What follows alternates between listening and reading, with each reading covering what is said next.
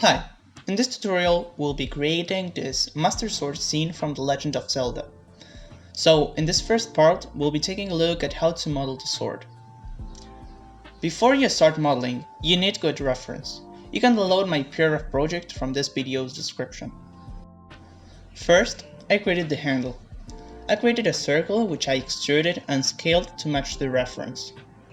Then, to make sure it rendered nicely, I added the Auto Smooth option in the object data properties, and then added a Bevel modifier with the Harden Normals settings enabled. For the green strips that kinda curve around it, I created the silhouette and added a screw modifier.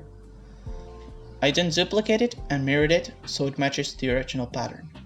For the rest, I did kinda the same, making sure I used the bevel setup I showed to make it look nice without having to add too many polygons, mostly using the extrude, scale, rotate and move options.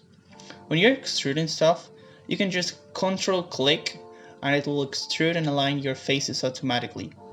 Sometimes I create an empty so I can rotate a part freely in object mode and use the empty as the mirror object. For this one, I didn't really care much about the topology, since I wasn't going to deform it or do anything like that. As long as it had decently low poly count and looked good, it was okay.